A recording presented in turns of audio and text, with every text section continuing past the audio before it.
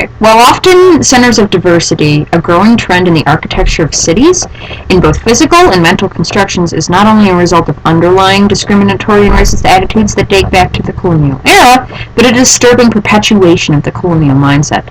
The process of gentrification in cities is a close cousin to the formation of predominantly white suburban neighborhoods in the 50s and 60s, the difference being that the neighborhoods of suburbia excluded people of color, especially African Americans, forcing them into the areas of crowded low-income housing that many of them and their families were still forced to inhabit today.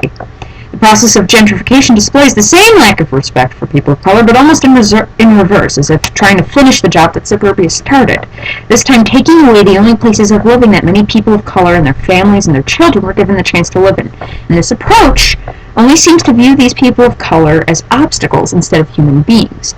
This brings me to my next point from Joy James's article. It makes it clear that there are those left out of the protection and rights of the social contract, specifically people of color and African Americans especially, and we should ask ourselves where that comes from.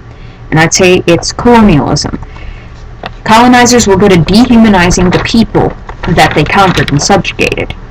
And they used it to justify doing bad things or disrespecting them. They treated them like less than human. And it's terrifying to think that that sort of mindset is still present in things like gentrification and the modern racism that is still present today in America. And this brings us to the final point, which is the perpetuation of such acts and such mindsets through gates.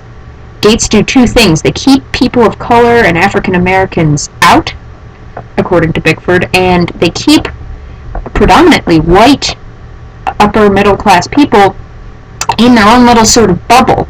And you get two types of people: those who construct those gates to perpetuate it, and those who accept those gates and also perpetuate it. And these people, both types, are doing the same thing, and that's as if they're perpetuating the same colonial mindsets because they're not addressing them. And they don't want to admit that they're still prevalent in their society. So it keeps the colonial mentality further rooted in our society and keeps the same types of people as colonial society kept down.